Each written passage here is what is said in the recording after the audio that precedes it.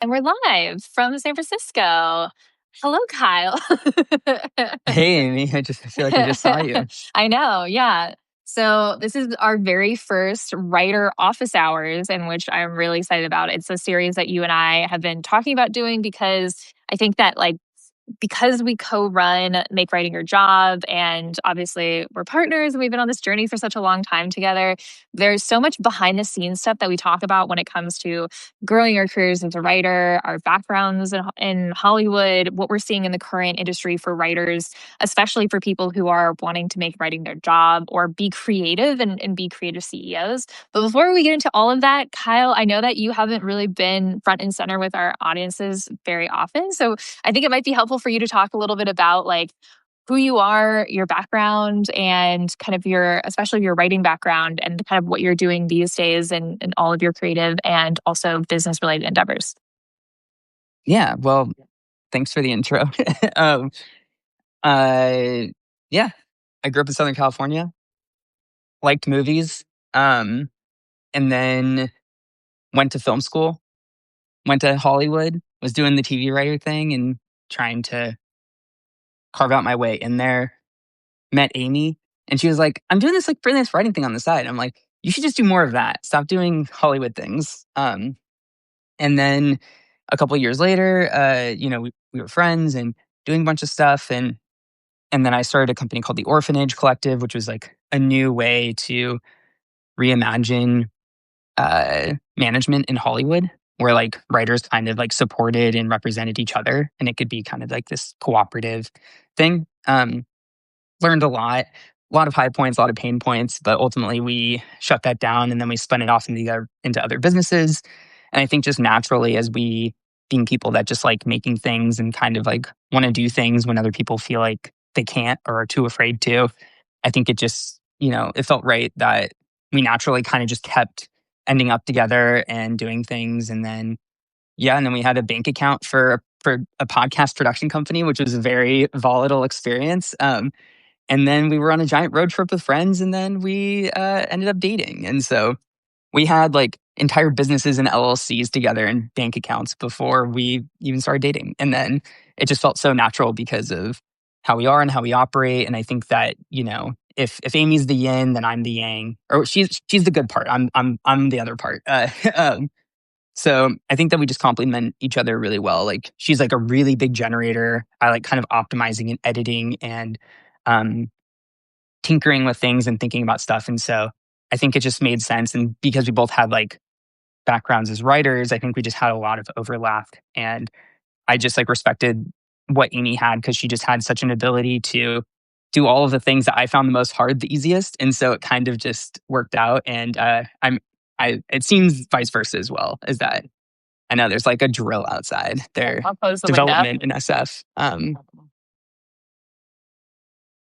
Yeah, I think that, like, one of the things that I think is really interesting about you, Kyle, is that, like, um, I think that when we talk about, like, what is the state of writing, and similar to the state of the drill outside my window, um, Who's drilling there's at like 2:30?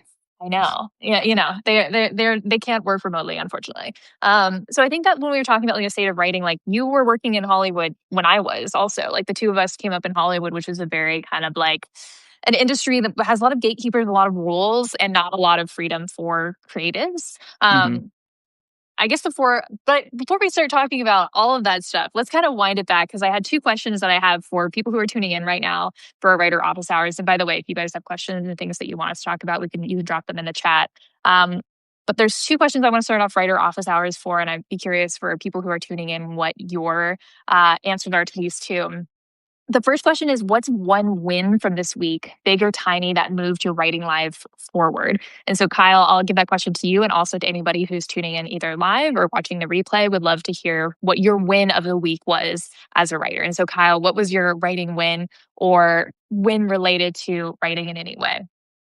I think this is the week that we got back from China, so it's been a lot of like everything we were talking about there. We're kind of trying to implement now, and I've been able to post multiple things every day to Substack and X, and just trying to get more into a habit, being like, I think this, I'm going to post this, and like just trying to figure out like what's like natural for my mind to think about and what stuff that people really care about. And so I think I've always just put off social media because sometimes it's scary being in front of cameras and, putting yourself out there. But I see so much more now with the next year is going to be for Amy and I is like very much social and ads and trying to figure out how all of that works to feed in not into only our lives but our businesses, and it helps also kind of attract the people that we want because we're trying to build community and like find other people that are kind of going through similar things that we're going through so we can just have a cool environment around us here in SF. So I don't know, I think it's been just trying to be as consistent with posting every day, and so I would say that that's my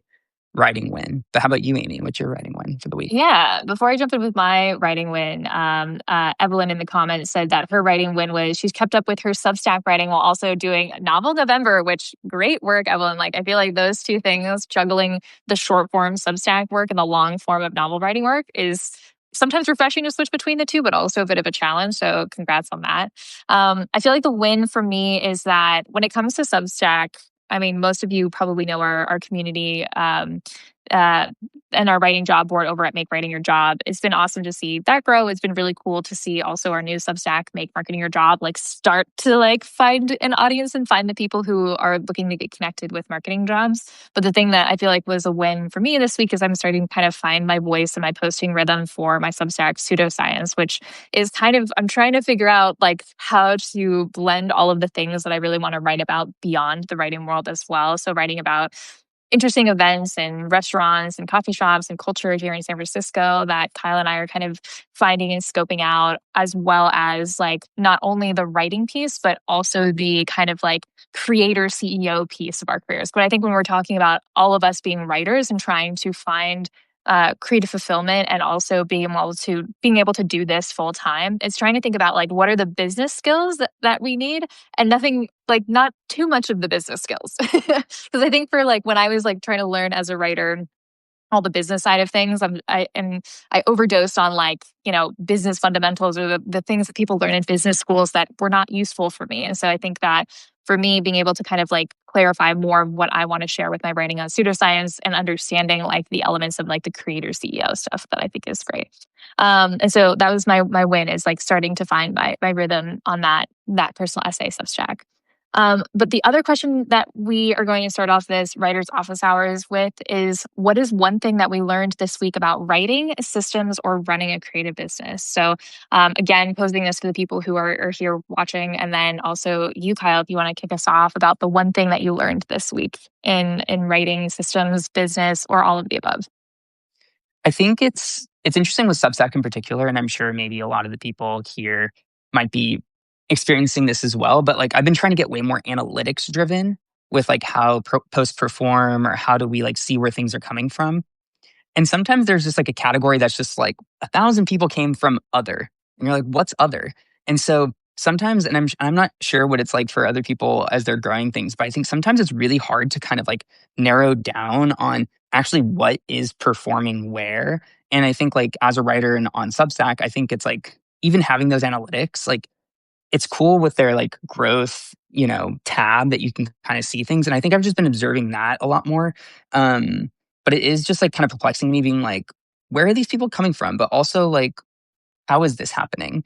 Like, did this post convert this many people? Are these people from here? Like, for some reason, like as much as I look at it, it still doesn't feel like it totally comes through clear because I'm like, what is other? What is converting on LinkedIn? And it's like, what is a click on a post? And so I've been just thinking a lot about like social posts and I know this is like loosely based off of the question you asked, but I feel like feeding into writing, I'm just trying to figure out like how things perform. And I think it's like strange kind of only ever getting like maybe 70% of like the puzzle. But like that 30% actually could be really significant between something is working and something isn't working. And so I think that that's something that I've been thinking about more, trying to figure out. But what about you, Amy? Yeah. Well, I just want to highlight that I think a lot of our success for Make Writing Your Job has come from the fact that you, Kyle, have like really dug into the analytics and figured out what's working, what's not, how are people finding our Substack, what's the best way to reach them. Shockingly, LinkedIn, huge, pipeline to Substack, which you sometimes don't realize that like these other platforms that sometimes I know sometimes Yeah. people look at LinkedIn and they're like, really? Like that's a place where like cool, kind, thoughtful Substack readers come from LinkedIn, like the corporate world of LinkedIn to here. But Kyle, I think you really cracked like that's actually a pathway that a lot of readers find us at Make Writing Your Job and other places. So I think that like that was also the mistake that I feel like I made earlier on Substack because I didn't open the analytics tab of Substack. I just looked at the dashboard, refresh it. I'm like, cool, we're growing good. But I think Kyle really brought to Make Writing Your Job. And the reason why we've done so well, I think, is because in part of like your huge focus on analytics. And so if anybody has any questions about Substack analytics at all, like I think that Kyle's the person to ask about that. And then Sabrina says that her writing win is that an editor at a publication that she's wanted to write for reached out because they saw that her work on her Substack TV on My Mind. So that's amazing. Great work, Sabrina. Yeah, I do think that like just putting your work out there is awesome because it just like magnetizes things to it. And then when you apply like the things that Kyle's talking about of like the statistics and thinking about like how to pull in kind of like the more strategy side, then it allows your creative work to actually get more legs and reach more people, which is what we're all here to do. Um, but yeah, the thing that I learned this week about writing systems or running a creative business, I think the thing that I learned the most about this week is founder led content. Like, I think that like what Kyle and I talk a lot about is like brand content versus founder led content. And I think that like it's so it's so challenging to grow a brand account because we've been trying to grow our brand account for Make Writing Your Job as like a social media account to bring people in. And sometimes I think that it can be like its own unique challenge because when we're all scrolling online and like seeing different social media accounts directing people either to a Substack or something else, it can be hard to trust that person without founder led content. And I think that like when Kyla and I left for China, we were basically choosing to be offline for 6 weeks. And we're just like, we're going to let our team run the Substack. Like, hopefully everything goes well. Like, let's just see how it goes. Right.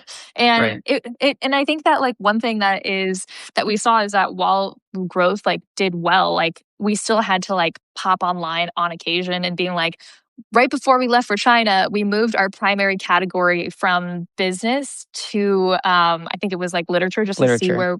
where we were, yeah, on the leaderboard, and that tanked our Substack referral traffic. So just switching a category. Then we hopped on a plane to go to China, and then we opened up our dashboard and we're like, "Where's all that traffic that Substack was sending us?" Yeah. So when I wrote like an article on my pseudoscience Substack talking about like the really easy hacks that you can just do that will allow Substack to send you more traffic and specifically paid subscribers and share your work more widely. One of those hacks is just simply being in business, not as a secondary category, since there's two boxes on your settings page, but on a primary category. And so I think that there's like stuff like that Kyle and I like see that we don't see anybody else talking about. And so we've created this writer office hours to talk about things like that and also kind of like share what we're seeing on our end as creative business owners and like what our insights have been. But we're also here to kind of like share some of the insights and things that we've been writing about on our Substack. So Kyle runs Founder Core. Do you want to tell everybody a little bit about your Substack Founder Core? Yeah. Founder Core is mostly me just using on business stuff and trying to figure out like if Amy's like the writer and like is like thinking about writing things, like I'm often thinking about like how to make it like plug into different things because I love just I always called it like every part of the buffalo. Like I like just making things as effective and as efficient as possible. Like there's something just really kind of nice about being able to do something with the least amount of energy to get the most out of it. And I think that when you plug in certain systems, I think that that's like what I really care about. And so I wanted to kind of find a forum where other people are also trying to think about how to do better with their Substacks or how to do better just with their business or just things they're thinking about, whether it's like investing or thinking about I don't know, just like what it's like to be a founder or be like a person who's like a founder with your partner. Like I just kind of wanted a space to sort of talk about just these random ideas that I was having about kind of like the philosophy of business, like what is the yeah, so that's kind of what Founder Core is. I'm still kind of musing on it. It's still like an embryonic thing that I'm kind of just throwing random things into it to see kind of like what develops. But I got a new paid subscriber in the past week, so that's my win for there. And yeah, so that's me. That's what Founder Core is. Yeah. Yeah, no, I think it's been really cool reading some of the articles that you've been putting out since we've I think it's like Kyle was like the instigator between our before our trip to China, and I think that I really loved like the series that you started to do, kind of like examining kind of like the different kind of like cultural differences that we experienced in our trip to China. You have a post from your 100-ish lessons from 6 weeks in China, and you write a lot about simplicity constraints and letting the Uh-huh. environment shape your habits. So when you're talking about that, like how do you translate those principles into how you design workflows for writers or teams? So you talk a lot about simplicity and systems and efficiencies and using every part of the buffalo.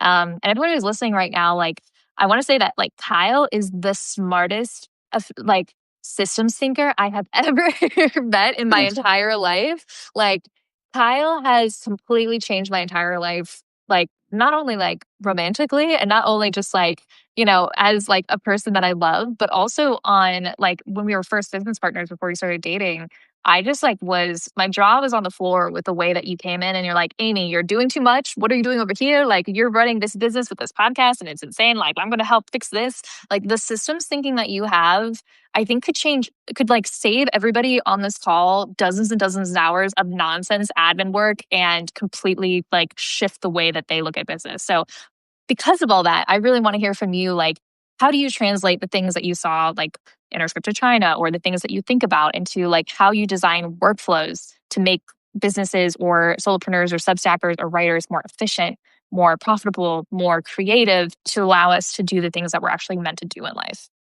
Yeah. I mean, it's a very big question. Like, I think I think the reason why I specifically really wanted to go to China, and I was basically like, Amy, I want to go to China. I just said that for like the last 2 years. And then Amy was like, I don't know. Like, and then eventually she was like, okay, I guess we can go. And I was like, cool, I'll plan it. And then she was kind enough to, give 6 weeks of time to do that. And so I think I think that what I went there for more is like more of like a global kind of perspective on things, being like, I feel like on like the number one thing in the news is like China, pretty much. Like it's always talking about China. Like in international, it's like all it talks about. And I think that I kind of wanted my own perspective going into that and seeing how they operated and what they cared about, what they felt like their shortcomings were. Like, are they going to move ahead like of us? Like, are they not? Like, what are their like superpowers and what are our superpowers?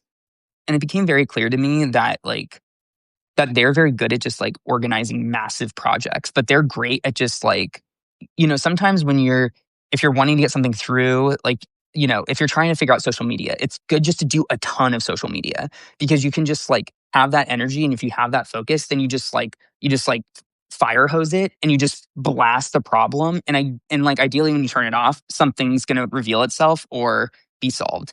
I think, I think going to China, like, I don't know if it made me think more about being a writer or a creative. But I think the thing that I think with America relying on individualism or like even Substack on a lot of ways, like individual publications or just people who are kind of individuals trying to like make things, happen.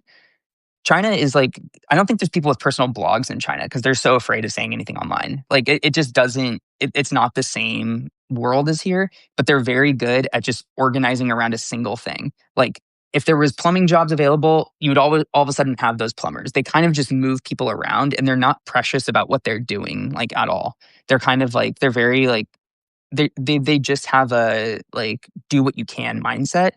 And I think, you know, my entire experience with China, I think the thing that kind of took it away is that they're really great with mass organization and directing something. If they want all of the EVs on the planet, they're going to have all of the easy EVs on the planet. They're going to have every type of screen. They're going to have massages in the seats. Like they're going to have so many crazy things that like it's going to be just like overwhelming because they just have so many things and they can put so many things together in so many different ways, but it doesn't feel like creativity to me because I think creativity is having to choose one thing over another. And when I was in China, I didn't see that they were choosing one thing over another. It felt like it just felt like they had this sense of I could do everything in this category and I'm just going to throw as many things at the wall as possible. It's kind of how some engineers in SF I think kind of approach building a business is that they're like people want cars. Okay, just like do every different version of a car. Does it have a screen? Does it not have a screen? Does it have massages in the seats? It doesn't have massages in the seats. Okay, does it have two screens in the front seat? No, it has three screens. Oh, maybe the actual like windshield because we have like new glass technology that shows artists, like this, like it just was so extra with everything that they had that it felt like there wasn't a total point of view like the first like iPod. Like there's not something like that that feels like just kind of dreamed up by somebody that is like has to make a choice and has to make a decision to anticipate somebody's needs. And so I know I'm like rambling a little bit through this, but Amy brought up China into my mind. And so just like exploding through it, I think that America operates as individuals like very heavily. And then but we come up with like really creative things because there's a person in a garage that can come up with an idea that like changes the world. That doesn't happen in China. Like they have like almost like barely 1,000 startups in all of China. Like they just want people to do what like the greater government wants them to do. And I think like that's the thing that's really unique about America, but also is like the thing that we're not going to be able to build skyscrapers in a week. Like we just can't do it because we just don't have that level of organization. But I think that what I'm bringing back is I don't think like America's out of the game. I don't think that they're going to like pull super far away from us because I do think we have a lot of like creativity in how we solve problems based off of like how our systems are all created here. But I think there's a lot of things that really hold us back because they can just like outwork us for sure. Like, even just like a restaurant dinner party show thing that we went to had like hundreds of people working at it. And it's like, medieval times doesn't have hundreds of people working at it. But this little, like, this little history of food for Shanghai thing that we went to, like, it was insane. It was like a clown car. Like there was so many people working there. It was like unbelievable. But I think like coming back as a writer, as a creative, what I thought from that trip to try to come back to the question, is I do think actually creativity is like the special sauce of America. And I think like even a lot of the things that China is doing are a lot of things that a lot of our researchers and a lot of people in America came up with like decades ago, but we just didn't have the regulatory approval to do it, whether it was like, giant electrical, feats of engineering for nuclear or fission or fusion or any of that stuff. So I think they just have less regulatory oversight and they're able to do things that other people just can't do. And they have a lot of manpower to do it if they decide to do it. But there's a lot of waste in the process. And I think like I like America's idea because I think the constraints breed bigger innovations. But simply if power is the defining factor of if like China or America's going to win, like China might win because they just have way more power. And so, but maybe we'll figure out a way to overcome it with less power. I don't know. Yeah, no, I Yeah. think that those are all really great observations, Kyle. And I think that like, and I remember I was looking at this article that came out right when we were coming back to China when we were talking about like creativity and creators, the creator economy. There was this article that came out showing that influencers in China, like people who are on TikTok and making, dancing videos, now have to get college degrees if they want to talk about Right. anything substantial. So there's like a lot of like, you can't just like start a Substack in China because it's banned on the firewall. Like there's a lot of things that I feel like we take for granted sometimes in the Yeah. US as writers and creatives that we could just go and start a business with our words on a laptop. And like that is like the crazy thing.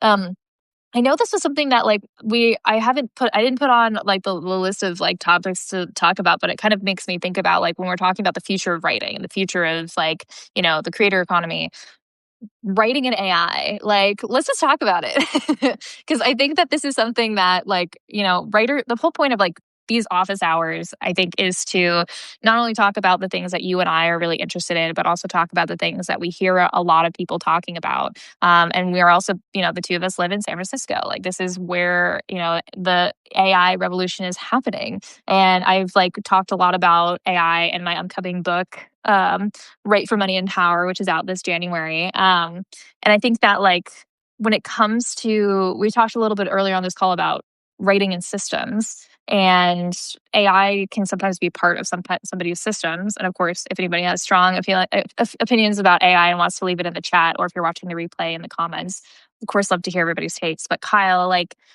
what is your take on technology, the future of technology, AI, and how it's going to impact creators? Because I know that you have some kind of like really fascinating thoughts on this. And I know we have a lot of writers and creators and also friends in LA in the film industry who fear AI and fear the way that it's kind of like coming for jobs. And people have, and it is coming for jobs. Like we see, look out our window and we see taxis replaced by self-driving cars. Like it is something Mhm. that is like a real fear. And I think that I would also love to hear your thoughts about it and kind of like when we're talking about systems, this is something that comes up. Yeah, I think it's tough because I think how a lot of people think AI, like the process that you and I have for how we like interact with AI or iterate with AI, like I don't think is like what I see other people doing. Like if you just say like, write me a blog about China and you post it, it's going to be extraordinarily generic. And a lot of people are going to have that same blog post everywhere. So I think like it kind of comes down to how unique what you're doing is. And if it's like an amplifier of being able to organize a certain set of ideas that you're like, for me, I just talk to it. Like, I just say, like, here's what I'm thinking about. Here's like the kind of things, like, and I like act out a scene if I'm writing something fictional, or I like if I'm writing something, it helps me find like research and stuff to back up like what I'm talking about. Um, I find it more as like a dialoguer or at least like a note taker. Like, I kind of use it as like a dictator or as like a way for something to organize some ideas. And then I find that I think AI is just like another tool because it's like, what is writing? If you think writing was, ink and quill, then when the pen came out, it might have felt like it was like, oh my gosh, like that's gonna like take away from that. Or if when the typewriter came out, they're like, that's not real writing because like you can tell so much about like everybody based off of their handwriting. Don't you want to read like handwritten things rather than this mechanical sort of like brutal thing to read stuff? But we kind like the things we kind of worry about today end up becoming the things that we're nostalgic for tomorrow. And I think it is a tool. And the simple fact, if I thought it was like demonic and evil and like shouldn't be used, it doesn't change the fact that a lot of people are going to use it. If you were like if you owned like a giant horse carriage company and your main like element was transporting goods from town to town and you relied solely on horses and then all of a sudden there was cars that could do it faster, easier and more efficiently, it's not gonna matter if it bothers you that much. It's just it comes down to, are you gonna adapt to what the new circumstance is? Because that's how life is sometimes. Like, we got into an interesting, like, area of, like, obsolescence when we were writing for Web3. We had a ton of clients in Web3, and it was a very big part of, like, our world. Like, I imagine if you Google Web3 writer, Amy might still come up. And we had so many people coming in. We had dozens of clients, like, just like it was nuts. And then essentially like at the beginning of 2022, it just like all of the funding dried up and like the scamming just got too high and all of our work went away. Yeah, And just to add on to that, like, I yeah. think that, like, one thing that a lot of, like, freelancers have to deal with is, the changing of industries, and I think that it was such a wild time because, like, I've done so many different types of writing for so many different types of clients, whether it's, like, copywriting for tech companies, and now my focus is obviously, like, memoir ghostwriting and developmental editing, but I think what was really fascinating is, like, when we were doing a lot of like copywriting for the Web3 space, or even like writing stories about magical dolphins for adults, Yeah. like for grown adults running tech companies trying to like make Web3 happen. And I think that that was like a really fascinating spot because we were seeing kind of like on our angle when we were doing like writing for Web3, it's like, here's this new technology, could be really cool to like get around like governments like in some of the weird stuff they're doing with like people's money and funds, and privacy is important. And then but I think what was like really fascinating about that space is like people were for the first time, I think, in tech funding storytellers, and I think that Hmm. that's really interesting. um because like there would be points in time where like you and I were just like sitting there having to brainstorm these crazy stories for Web3 companies that were just like write us this like insane story with like magical creatures and like this needs to happen. And we even went out to like an in-person like show for like one of our clients in Vegas, like in the Web3 space. So it's like it's kind of interesting to see how those like these like industries rise and fall, and how as writers we have to like jump in between them. And even like with like the way that we pivoted with AI and writing is like there used to be a lot of writing like that we would do that was like write 30 versions of this one line ad copy. And then I Yeah. remember you and I went to the Tech Grow show here in San Francisco. For people who don't know what the Tech Grow show is, it's this beautiful experience where, tech founders roast each other. Or Kyle, actually, you really do a good job at describing the Tech Grow show. Do you want to describe the Tech Grow show to the people who are listening? it's like bloodletting. It's like a dominatrix like show or something. Like it's crazy because like so many people go there because they just want to be roasted so badly. And I think like for people that aren't in tech or in the tech world, like, and if you're just like an artist and a creative, I think that it's like it's the most opposite kind of problems that an artist writer probably deals with. Everybody that we know in LA, exact opposite, like sort of functions. Like nobody in LA would be going to like a roast show to like be told like how broke they are, or how like Hollywood's dying. Like nobody would do that because it's just like it feels like punching down because it's like it feels like people that are already hurt, that are already like kind of wounded. And I think the tech roast show is kind of this weird combination where it was like people that had so much abundance just for being very basic programmers. And now it's sort of like, oh, I can't just like phone it in. I can't just like know basic JavaScript. I actually have to like have like a way to contribute like mentally. And so these shows are kind of like these interesting like environments of people kind of, I don't know, it's just like they know something's off and this show kind of addresses what's off.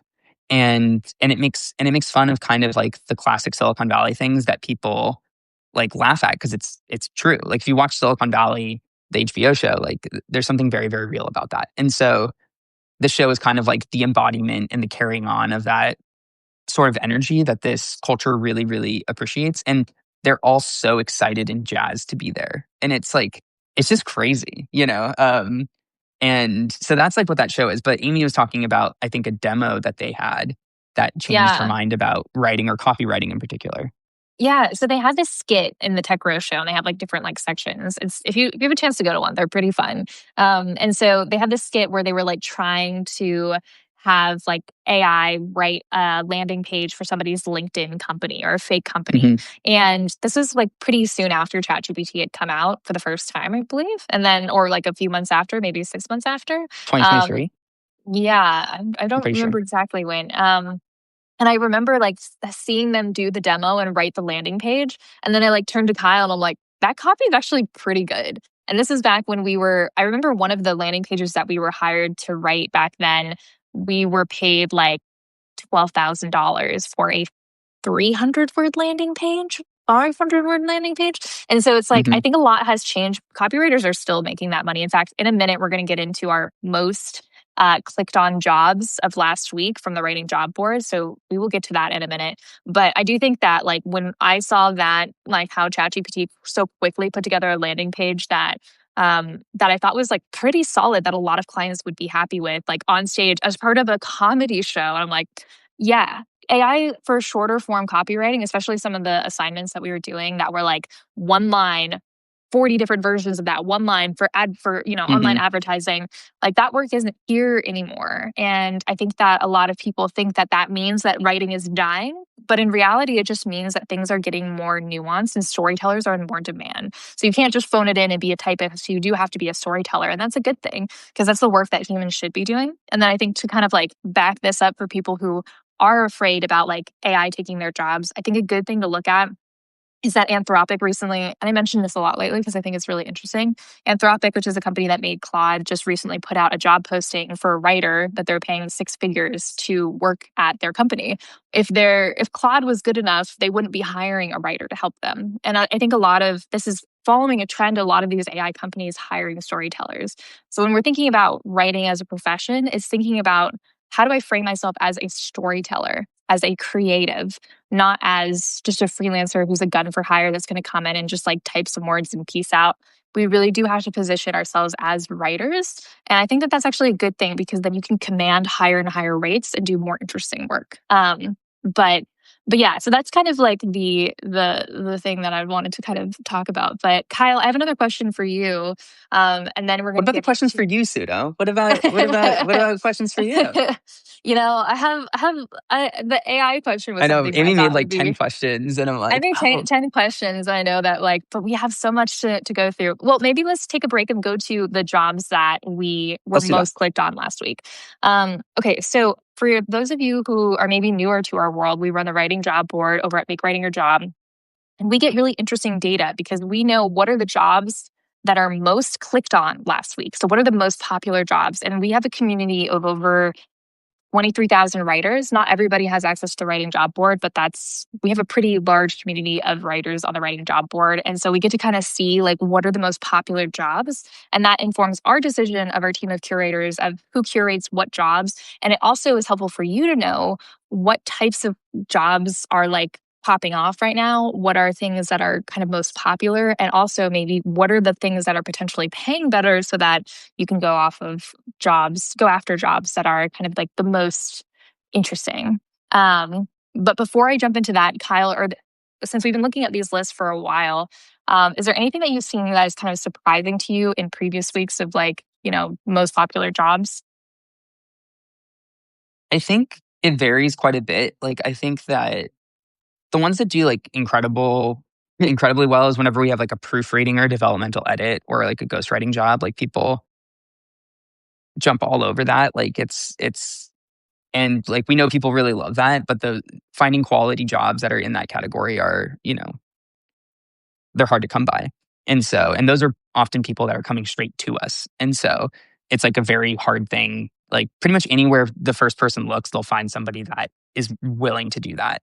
That was kind of like what it was like in Hollywood is like to be a writer's assistant, it wasn't like there was like an open call that everybody could apply to. It was like, hey, like, do you know anybody that want to do this? It's like, I have a cousin, job filled. And so I think sometimes like those jobs are like really hard just to like even become aware of. And I think that's why the job board was so interesting to start to begin with is because there's so much unique feature jobs that come in through just our universe and like the world that we've done and we just don't have the capacity to take it on. And and so I think the thing with the current jobs, I can't remember exactly the ones for this week, but I know there's been a lot of copywriting jobs that people have been really, really hot and heavy for. Yeah, Yeah. and so I have some of the most popular jobs up here that I'm going to kind of go through. And again, I think this data is really fascinating to kind of like see what are some of the trends and what are people applying for. However, I do want to say that like a quick caveat for this is like one of the things that I thought was really interesting is that I used to like before I was a memoir ghostwriter, I didn't realize that like I could get paid to be flown out by clients and go to other countries and write their books and like be a writer of books for a living outside of my own work as an author writing my own books. And I didn't see a lot of job listings for memoir ghostwriters until I started to like really dig and look for them. And a lot of it is like incoming traffic. Like people who want to hire you as a Hmm. memoir ghostwriter will also need to find you on Substack or you on your website. And so it's really important that you're putting yourself out there because some of the best jobs like are going to take like very roundabout ways to find you. Like it's kind of like what Sabrina had said here on the chat earlier is that she had mentioned that like she was able to land a job because someone had looked at her Substack. And so I think that there's some really cool opportunities that come by putting yourself out there. But it's helpful to have job boards as like a tool to be like, okay, what's popular? What are the most popular jobs? What are people getting hired for? What are people applying for? And so we'll go over that Got right it. now. So last week, the top jobs on the writing job board for Monday, the top three jobs were a LinkedIn copywriter, a Apple News weekend curation editor, and another copy editing proofreading job. And so we see a lot of founders that are trying to hire people to ghostwrite or copyright their LinkedIn posts. And I also know a writer who literally made like six figures a year just writing tweets for a founder. That's all he Hmm. did. He had one client that he was earning over $100,000 for, was just writing their tweets, just being their ghostwriter. And that's something Yeah. that happens so often. And so ghostwriting can be really sweet, especially because all of these founders need visibility on platforms like X. Like Kyle, you heard something really interesting recently when you were hanging out with different people about like the importance of X as a platform for people in tech here in San Francisco. Yeah, like, I mean, I can't remember exactly what I said about it, Oh but, yeah, so you had mentioned the number of followers like on X that kind oh, of right. like yeah. Um, yeah, essentially, like, what a lot of these kind of, like, younger startup people, were talking about, where, like, if you had 10,000 followers on X, you could pretty much get, like, a meeting or interact with anybody on X, which is kind of, like, crazy. So it's like, I'm sure it's not everybody, but a vast majority of people, they feel that, maybe it's YC that tells them this, but they feel like it's true is that if you have 10,000 followers, like, it kind of legitimizes you that you can kind of like approach or talk almost anybody or DM them. And so I'm like, oh, interesting. Just 10,000, like get 10,000 followers, and the kingdom opens up to you. Yeah, I think that that's something that people like. That's why there's so many opportunities right now that we've been seeing on the job board for social media writers. Hmm. I think that there's like is such an underserved market because a lot of these founders are like, I'm 50 years old. I don't want to learn how to use LinkedIn and X. I don't want to write, funny tweets or memes. Like, please write it for me. So they're hiring ghostwriters to make them sound smart, sophisticated, to share updates, to repurpose content, things like that. So we see a lot of those jobs. So if you are chronically online, like some of us, like me, these are fun jobs to do. Um, and we see a lot of proofreading jobs are popular. So the next set of jobs that we saw really popped off last week. There was a publishing assistant job for the company TEDx. So does like those talks. So we see some big brands obviously get a lot of submissions. We had another copywriter role for a health brand that was really popular. Another copywriter job for another day that was really popular. Another news writer. I know we have a lot of journalists in our community, and I think that because of all the layoffs in traditional media, I think a lot of people are being thrown into the freelance pool, which I think is a good thing. I think there's a lot of really cool opportunities, and I'm meeting a lot of journalists who are switching tasks and finding more interesting work in kind of like different areas of freelance lately. And then another one that performed really well that a lot of people clicked on was a witchy novella proofreader, which is like, we've just missed Halloween, but next year, I think that would be like, it's funny to see like some of these books really like people love proofreading books. And we do have a lot of book proofreading pop up. Like I see it quite a bit. And then the last set of jobs that were most popular this last week on the writing job board, another health copywriter. I know we have a lot of health writers in our community. Another book editing job, another content copywriting job for an ed tech brand, and then an editorial content specialist. And what I've been seeing is that part of the reason why the copywriting jobs have popped off is because some of them are paying like $4,000 a month, $7,000 a month. Like some of these jobs are like very well paying because they want their copywriters to, really be able to like craft a tone of voice for the brand, especially on social media.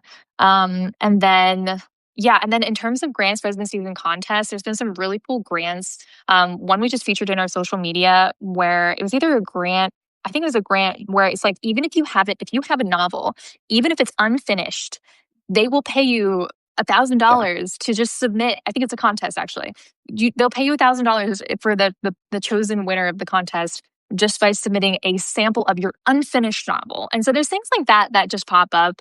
And some of our members in our community like sometimes message me when they get these contests or residencies and things like that. One of our curators like landed a really cool residency. So it's like sometimes when people look at the grants and residencies list, it can be intimidating and being like, well, what if I like apply and never get it? And it's like, there's actually a lot of really cool residencies and grants that people do get. And it's very cool. So I think don't be the one to reject yourself first is what I will say. So that's the list of the things that are the most popular. Kyle, any thoughts about like I know that you and I look a lot at the data of, what are the most popular jobs and things like that. Is there anything surprising to you or anything that like we've talked about a lot about like kind of the state of freelance writing, the state of writing that you want to add on to? No, I think we covered it quite a bit, but I think that there will always be a need for like ghostwriters. And I think like you'd be surprised how many people who are famous that do not handle their socials and their LinkedIn, like really significant people. And we've written for some of those people. And it's like I think a big part of it also is like the best thing is just proof in your portfolio. So it's like the reason why like, some people get really great ex ghostwriting jobs is because they like had posts that are getting like 100,000 like views and all this stuff. And if you have content that can go that far, then that already shows that you know something that they want. And so I think the best thing that like Amy's always like kind of taught me is like, let's stop thinking about the perfect way to do it and just do it. And I think that if you can show results, especially with engagement on your stuff, like it's going to take you so far and it's going to make like the sell even easier. Like one of the people that we had hired was based off of something that like she particularly did really well, and she was so proud because she was like, you didn't even have to look at my resume, you just saw the work I was doing, and you just like reached out and hired me. Like that's such a dream. And I think that these platforms and these things like it's just a way for you to just exercise your own writing skills, but also kind of see what audience you're connecting with and getting other people in, because there's like a two-way relationship where it's like if you do something that really pays off or really like goes viral, it's kind of unconsciously affecting you to say, oh, people really like this type of content from me, and you just naturally will start to kind of like revolve around that. And so I think those jobs with the copywriting and whether you're doing your own writing or it giving you enough kind of credibility to help people with their own, like I think the jobs, those aren't surprising to me. I think the thing, a writer isn't just a person who writes words. I think it's a person who is coming up with like really good thinking and complex thought and creative ideas of knowing who is this audience, what will they like, how do we engage with them, what is our ultimate like want of engaging with this audience, and that takes creative thought. It's very hard for an AI to do that. So I think like that's why these jobs still exist, but you should use these tools to help you amplify what you're doing and ideate and create faster, but you should still have your creative human element inside of it to really make this stuff highly unique, highly specific, very cool. Yeah, and then just to add on to the need for ghostwriters, like Charlie XCX just joined Substack. Do y'all really think that Charlie XCX has the time to write long form posts on Substack? No. Even if she maybe writes a few of them, like a year from now, Charlie XCX will not be writing her own posts on Substack. She will be hiring a ghostwriter. And you know that if we're able to get to Charlie XCX and help her hire her ghostwriter, we definitely will. Hmm. And so I think that that's the thing like about ghostwriting is that there is so much need from like when somebody is a founder or a VC or an Olympian or and whoever, a public figure of any type, they can't run everything by themselves. They can't write a book and run a Substack and write all their social media posts and write their scripts for their YouTube channel. They need writers to help them and help ideate and things like that. So we have about 10 minutes left in our lives. So if you guys have any questions or things you want to cover as part of our writer office hours, you can leave them below. But Kyle, there was one thing that I wanted to ask you since you are such a good systems expert. What is, if you had to give writers like one systems insight, whether it's for a freelancing business or a Substack, that they could implement maybe even by the end of today, something small but high leverage, what would it be? I know that's a tough question. I think you'll find that with whatever you're doing, there's a lot of rote elements to it. And I think that, like for instance, like when I was seeing Amy, she's the one that like kind of spearheaded the writing job board first, and she was outsourcing the jobs and typing them manually and doing all this stuff. I was just like, oh my gosh, like this is like so manual, like in how it's operating. And then I created like a system that like interacts with AI to basically create a job listing. And it's like and we've like it's taken a year to hone it, but like it's amazing now because you can just drop the job into it and then it creates it exactly in the format that we want with the link attached. And so I think that that is like little things that, is is the copy for this job position saying like TEDx is looking for a freelance editor for their like, environmental section. Apply here. Like there's nothing creative about that. It's just information. So I think like figuring out also like what is just information and what is the quickest way to kind of like organize information and what is something that uniquely needs your time. Because the more that you're able to kind of like determine what can be kind of outsourced or sped up to then give time to the thing that is really, really important that you focus on, that is your unique skill set, that is your unique element that nothing else can do. Like you should just like, you should experiment with these things and just figure out like how they can kind of streamline certain things in your life because like they're really cool tools. And I think that that would be the thing that I think would help people. Also, just like have questions with it, saying like, I'm thinking about this and I'm trying to do this. Like, what would you suggest doing this for if I were to write a recipe Substack? Like, what are some ideas or things that I should be thinking about that may be interesting for columns or different categories? Like, I think there's ways to ideate with this thing and not have it be your work. Like, it shouldn't be creating your work. It should be helping you do your work faster and better. And I think that that's the thing that I would try to get to people. Because I remember Amy was like very against. She's like, I write faster than all of this, and she was just getting, and she felt that with the job board. And so I think it's about analyzing certain things in your life if you have the space and time. What are things that I do on a daily basis that I could like streamline? And like Amy is really good at this. Like she keeps a toggle of everything she does. Like she's like emails, admin work, like going to the mailbox. Like she just like breaks down constantly what she's doing.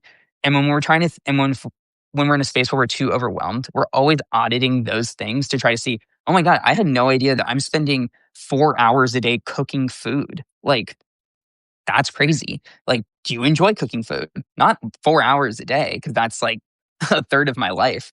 But it's just, but then it's like, okay, then let's figure out other ways to do this. Maybe we'll have like a meal service or different things. Like, I think there's a lot of stuff that if you just are aware of what your daily routine is, and if you're really analytical about it, there are things that are worth a little bit of cost if it can give you hours back. I think be really conscious that your time is money and that like the things that you do, like time is the most valuable asset that you have. And, sometimes like at certain stages, like it's more valuable for you to do the thing. But there's a lot of things that are actually not terribly expensive to outsource that can help probably give you a ton of time back, whether it's taking the train and working on the train rather than driving in a car that you have to be fully attentive with. Even though the train takes a half an hour more, you get another hour of like work time basically in before you get home to be with your family. So there's like little there's trade-offs like that, and just be really mindful about like what you're doing, what's taking time from you, because if you can like free up as much of that time as possible, then it's going to allow you to be like the superhuman powered thing that only you can do. And so I think just like be really tough on the things that aren't requiring of your unique special skill as much as you can. Yeah, and I want to say that every huge time saving, crazy leap in efficiency that we have encountered, or I personally have encountered, was something I was very resistant to at first. Kyle was like, Mhm. why don't, it seems like you're really busy, organizing and retyping all of these job descriptions from scratch for the writing job board. How about we use different AI tools and hire a team? And I'm like, absolutely not. I can do this myself. And then I almost burned out this year. So I think that like having sometimes it helps to have somebody else do a systems audit. Sometimes it helps to just like write it out or have a toggle tracker. But yeah, no, it's really a challenge to try to figure out like what is worth time, what can I outsource at something that will make sense financially and invest that extra time either in resting or developing something or being creative or whatever. But going off this question, Allison's here in the live. So hi, Allison. She left a question. Hi, Allison. How do you two continue to innovate while also staying grounded? I will just say that for me, it's a constant journey, and I think that I think it's like trying to figure out what are the things that give you life and give you more life and more kind of energy, and what are the things that take away energy. One of the things that I think is really helpful is like at the end of the week, go through every single like thing on your calendar or time block that you've time blocked with a tool like Toggle, and then add a plus or a minus next to it. And the sweet spot is like if you are able to outsource something that takes away energy, so leaving minus signs by everything that takes away or drains your energy, and plus signs by everything that you enjoy doing. Ideally, you're outsourcing the things that are both not requiring of you and also annoying. And that's something that like we've done a lot in our business that I think has helped a lot. Even something as like kind of frivolous as bookkeeping, like hiring a bookkeeper, life changing. Honestly, the fact that I don't have to deal with bookkeeping makes my week so much better. Bookkeeping didn't take a lot of time and it wasn't that expensive to outsource comparatively to the other things that like we could have like outsourced so that were more expensive. But I think that like if something is really draining, like for me, bookkeeping, if you can outsource it, it will free up not only time but energy. And I think energy management helps me stay grounded. But Kyle, what kind of makes you feel grounded like through all of the ups and downs? And I know we have 3 minutes left, and I have hard out at 3:30 for a meeting. But quickly, what makes you feel grounded? I take about an hour in the morning every morning, like to be here on this couch, and I just meditate for 30 minutes and then I read a book for 30 minutes. And like I'll have like this because I'm just like trying to build up my grip strength. So I kind of try to have these like really like mindful in my like bones moments. And I think that laying on this couch without getting in my phone, because immediately when I get my phone, my mind's already like thinking about a billion different things, and I realize like how much this thing has control over me. Like I literally put it away in like one of our shelves. Like I just like put it away because I can't look at it, because it's just like I need to have distance from it. And I think that the mornings, it's so nice kind of just like looking out the window and just seeing the trees. Like there's like a tree right here that always kind of looks like it creates different shapes. And now it looks like it has like a toucan that I think is really, really cool. So I see it like in the breeze and it's like a toucan like flying. But previously it looked like it was a quail, like, earlier this year. So I like the shapes that that tree makes. And so I think like that's like really important, is that like unproductive time, because I feel like it sets me up for the day. And depending on like whatever is going on, like whether it's like stressful or not stressful, it just kind of puts me in the right headspace to really I don't know, just like move into things in a really gradual, good way that I feel feels sustainable for me. Yeah, and I love that that is something that you've really kind of reinforced in your routine, is like having time to read and meditate. And I think that that's something that so often we can just breeze past and being like, oh, I need to get to my computer and be productive. And sometimes that works, but if you're feeling less grounded, I think that kind of protecting that time that is peaceful time, that is you time, and that might happen either in the morning, or for me, I think that that's like good afternoon time, because I like to like a crazy person like open my computer, get blasted by all the emails, see what's going on my phone like first thing in the morning, like 5 a.m. bright and early. But for me, I think afternoons are a good kind of like chill time. But Kyle, thank you for joining me on our writer office hours, and thank you to Thank you, everyone Amy. for being a part of it. I think that like our intention with these, if you guys like them, is that we want to kind of tackle different things that we're seeing on our end as being people who are running the writing job board, and kind of seeing the behind the scenes of what's going on in the writing industry to help you guys be able to make writing your job, but also talk about things that we think are interesting as creative CEOs and founders, and more kind of like things that we're writing on the internet and sharing on our Substacks. And so, Kyle, where can people find you and your for your Substack and connect with your writing? You can find me at Founder Core or Kyle F Chords, and the various things that we do. Yeah, Yeah. no, I think that like Founder Core is a great publication and Substack for you guys to follow if you're really curious about a combination of Kyle's thoughts about like Kyle's like a really great like smart investor. There's some really fascinating kind of like takes and ideas and psychology has there. I think that like you also have some really great kind of takes and insights from our time in China. And I think that like because you run like writing your job with me as my co-founder, like you also have just like, and you're also, have like a background as a really talented writer as well, and a really killer book editor. Honestly, it's like Kyle's book editing skills. You guys have no idea that like I am only the writer I am today in part because of Kyle's such a good editor. It's really amazing. So thank you guys all for joining. Thanks Allison, thanks Sabrina, thanks for everyone who dropped questions, and maybe we'll be back next week. So have a great rest of your day, everybody. Have a good one.